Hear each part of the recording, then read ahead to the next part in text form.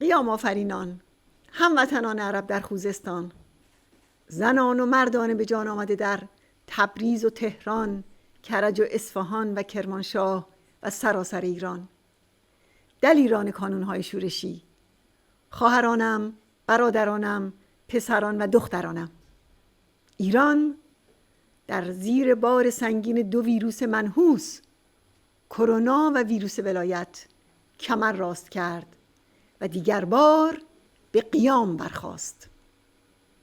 ایران تسلیم نمی شود. ایران ذلت نمی پذیرد.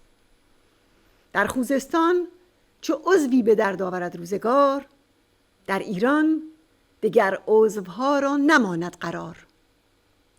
از آذربایجان و کردستان تا لرستان و خراسان و سیستان و بلوچستان و بختیاری و اصفهان،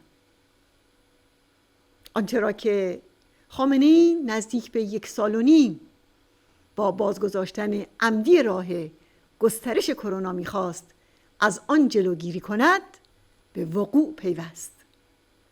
به گفته خودش می‌خواست از کرونا فرصت بسازد، فرصتی برای بقای رژیم با کلان تلفات و سپر انسانی، با ممنوعیت جنایتکارانه خرید و وارد کردن واکسن از اروپا و آمریکا.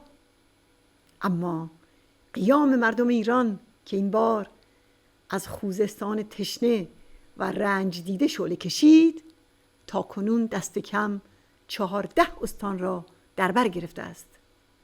بله، این قیامی است برای سرنگونی، قیامی است برای آزادی و قیامی است راهگشای پیروزی.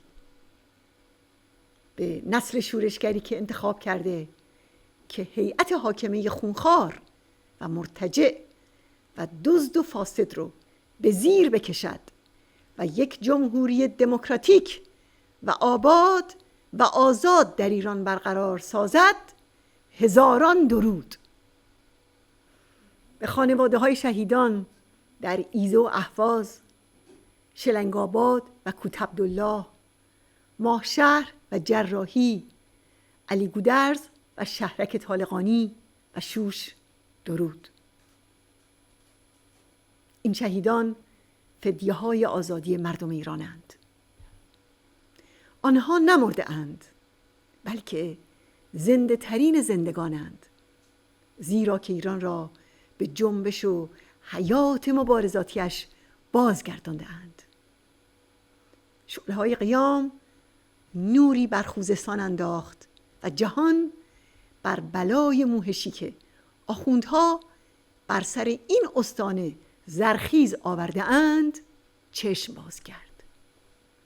در حاکمیت آخوندها به خصوص در 2 دهه اخیر، خامنه‌ای و سپاه پاسدارانش برای منافع مالی و امنیتی خود خوزستان را ویران کرده اند.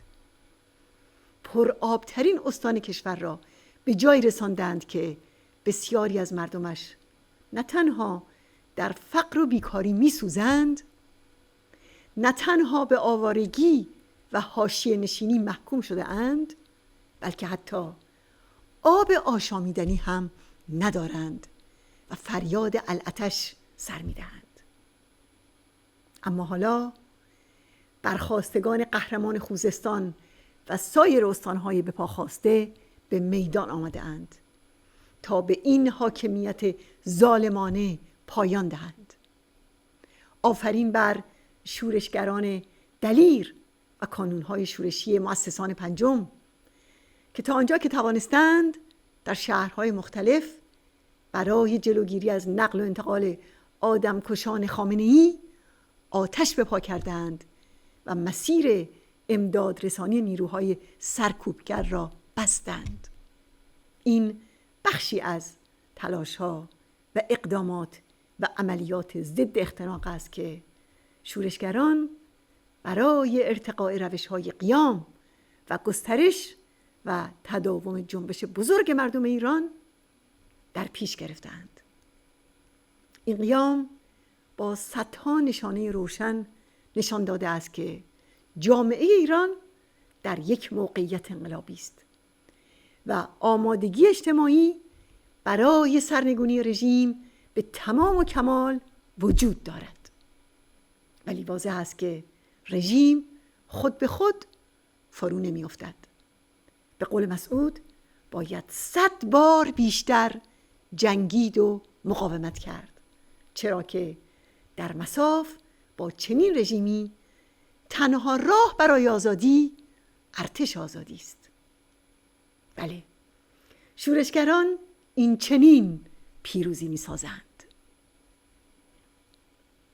ای نسل جوان ایران، دختران، پسران و شورشگران، شما که قیام را بر ظلمت سکون و یأس ترجیح داده اید، شما که گوهر ارزشمند آزادی را قدر می شناسید و برای آن می جنگید، تقدیر تاریخ ایران در پایان یک قرن جور و ستم برای یک جمهوری آزاد و آباد در دستان شماست.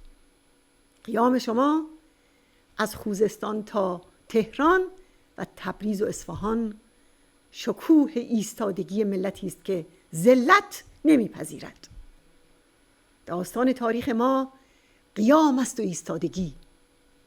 داستان خلق شورشگری که از قلب تبریز با سلاح ستارخان و مبارزان مشروطه برای یک میهن آزاد و مستقل می جنگد. در شمال ایران پرچم کوچکخان و رزمندگان جنگل را به اهتزاز در می آورد و در 30 تیر در حمایت از مصدق پیشوای نهضت ملی ایران به قیام برمیخیزد و در این رزم پر افتخار به مجاهدین و مقاومت ایران میرسد و با راهبری مسعود علیه ظلمت شاه و شیخ شعله میکشد.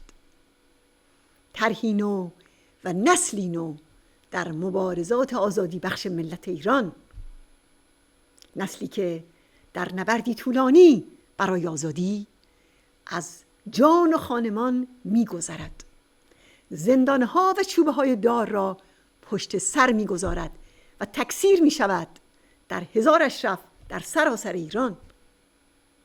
این پرچم حالا در دستان مجاهدان آزادی و شما دختران و پسران رزماور و کانونهای شورشی است. این رسالت و تعهد ماست که این قرن سیاه و تاریک را به یک پایان پیروزمند برسانیم. به پیشواز سپیده آزادی در سراسر ایران برخیزید و پرچمها را برافرازید. همه هموطنان را به حمایت از دلیران و دلاوران قیام فرا می‌خوانم. از همه پزشکان و پرستاران درخواست می‌کنم که به نجات مجروحانی بشتابند که به خاطر دستگیر نشدن نمی‌توانند به بیمارستان‌ها مراجعه کنند. از جانب مردم و مقاومت ایران، از ملل متحد و تمام دولت‌ها و مجامع بین‌المللی می‌خواهم که رژیم آخوندها را برای آزادی تمام دستگیر شدگان قیام مورد بازخواست قرار دهند. درود و افتخار بر یکایک شهیدان، سلام بر کانونهای شورشی در مؤسسان 5 ارتش آزادی و خوشا فرزندان و سرمایه‌های بی‌بدیل خلق قهرمان که در داخل ایران و در سراسر جهان در یک حاضر گفتن و اعلام حضور تاریخی به مسعود گفتند اسم مرا بنویس. این اسامی جاودانه است. درود بر همگی شما.